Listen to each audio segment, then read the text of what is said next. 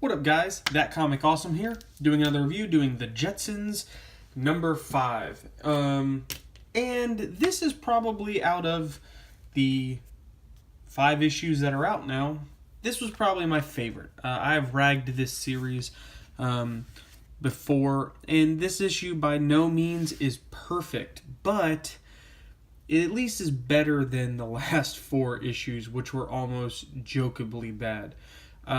One of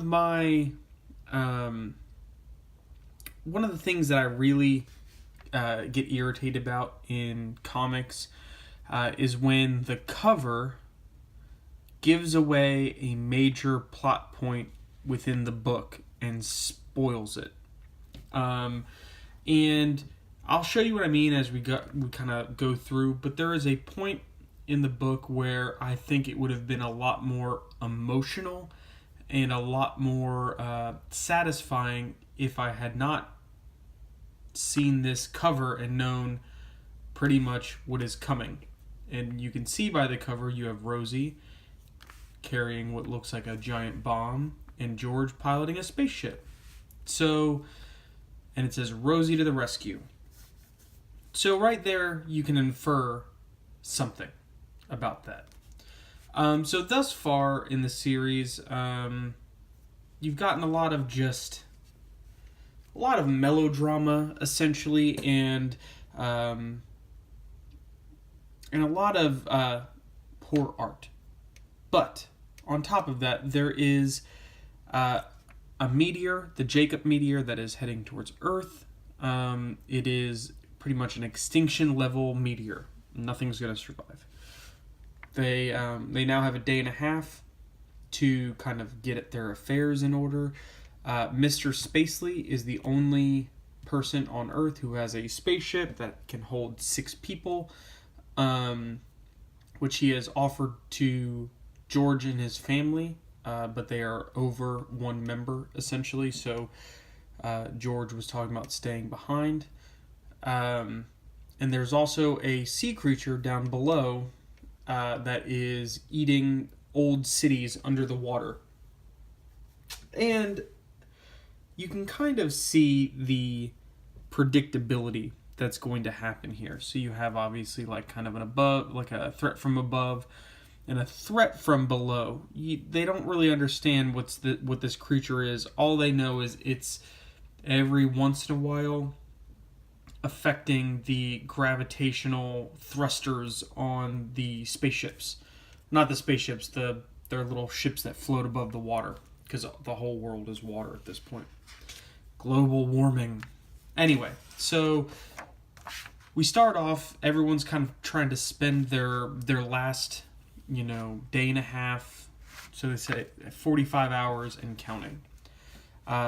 It's still George's, or the day before was George's birthday. So all this has happened within the matter of like a day and a half maybe, since the first issue. So, and this is one of the things that irritates me about this book, is the art is so inconsistent. Like, you look here and Jane looks good. You look there and Jane looks like she's, like, I'm going to zoom in. Like, what is that face? Good? Not good. Good? Not good. Just inconsistency is what is plaguing this book. So they have a surprise. It's they're celebrating George's birthday. But then I like this. So George has somehow gotten the ability to read minds, somehow, through an accident. And it had a really weak plot point in the last issue that gave me a little bit of an eye roll. But it kind of is funny here, because then he starts talking to Astro. Like, he's able to read his mind, and he's like, no way. And he's like, of course the dog's like, what? You can hear me? He's like, you understand what I'm saying? He's like, I've always understood what you're saying, but you can understand what I'm saying? Like, it's kind of that moment. It's like, if you ever realized you could talk to your dog, it's like, what would you say to it? It's, lived with you your entire life, and all it's been able to do is just like look at you and like pancakes. So there's a lot of fluff in this in this issue, and I say fluff. A lot of word bubbles. I mean, look at all of this wording. But it's like reading a novel. There's a lot of words in this one, but it actually is fairly decent. So George's assistant, who is this kind of punk rocky looking girl in a world where everyone wears like complete full onesies, everybody, she's like, nah, I'm different. I got a Bella shirt. Anyway, so of course she's super smart, and she builds a bomb. And this made me laugh because George talks about, he's like, young lady, if anyone knew you what you were messing with down here, any kind of weapon has been banned since, you would be put away. So in this future, weapons are banned. Everyone lives in peace. Sure, okay. But this goes to the point, it's like, guns are only bad, if, a weapon is only bad if you use it the wrong way. But because this smart hipster chick was like, I'm gonna build a weapon, but I'm not gonna use it, I promise. It's like, who knows? Like, what? Whose word are we taking? Like, you're just some chick. How do I know you're not gonna like turn around and blow something up? Oh, you were waiting for the meteor. Okay. So, she talks about how she was just, and then she's like, hey, computer, run that 420 sequence. Sigh, dude, run that 420. Come on now. You can't make this stuff up. But the only way to detonate this bomb is on Spacely's escape rocket, and it has to be piloted by 2 people. And this is where I'm going to kind of get where the part that would be a lot more emotional if you haven't seen the cover. So I've told you that this is a ship that has to be piloted by 2 people on a one-way mission. And his assistant says it's going to be you and me. We don't have time for anybody else. We're going to be the ones to save humanity. And George is like, okay. But look, they already tell you that that's not the case. So, you obviously know something's going to happen with her to not be on this voyage. So George, he says he has to make some calls to his family. They get loaded up in the ship, and he's like, my tool bag, my trusty lucky tool bag. And his assistant, Lydia, is like, oh, I'll go get it because I'm faster than you. So she runs and gets it and gets gassed and falls asleep.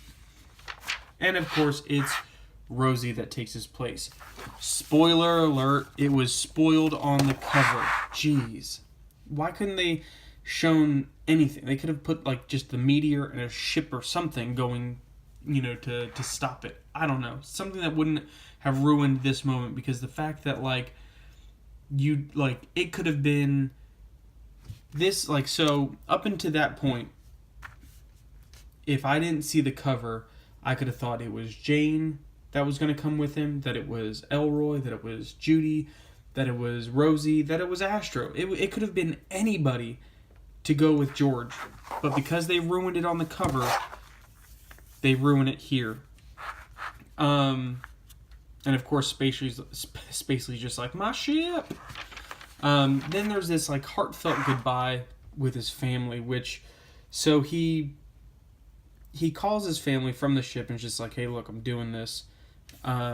But he pretty much goes into the detail of everything, but then tells the Lake and Zara to leave, and he's like, Zelda tells them to leave, and then he pretty much goes on and reiterates everything that he just said.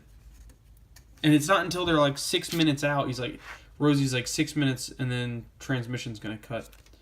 And then that's when he kind of starts getting like, I love you guys, but I had to do this. He talks to Jane. It's very sweet. Again, this book ends in a very, again, deep and emotional way. I liked it. It's definitely not still by any means like a really good comic. This is far better, leaps and bounds better over the last 4. So hopefully issue 6, the final issue, is going to bring a lot of closure into this universe. And I can't wait to see that. So we'll see that, I guess, next month. But subscribe over on the side, watch some more videos, hit me up in the comments, let me know what you guys think, and I'll see you next time.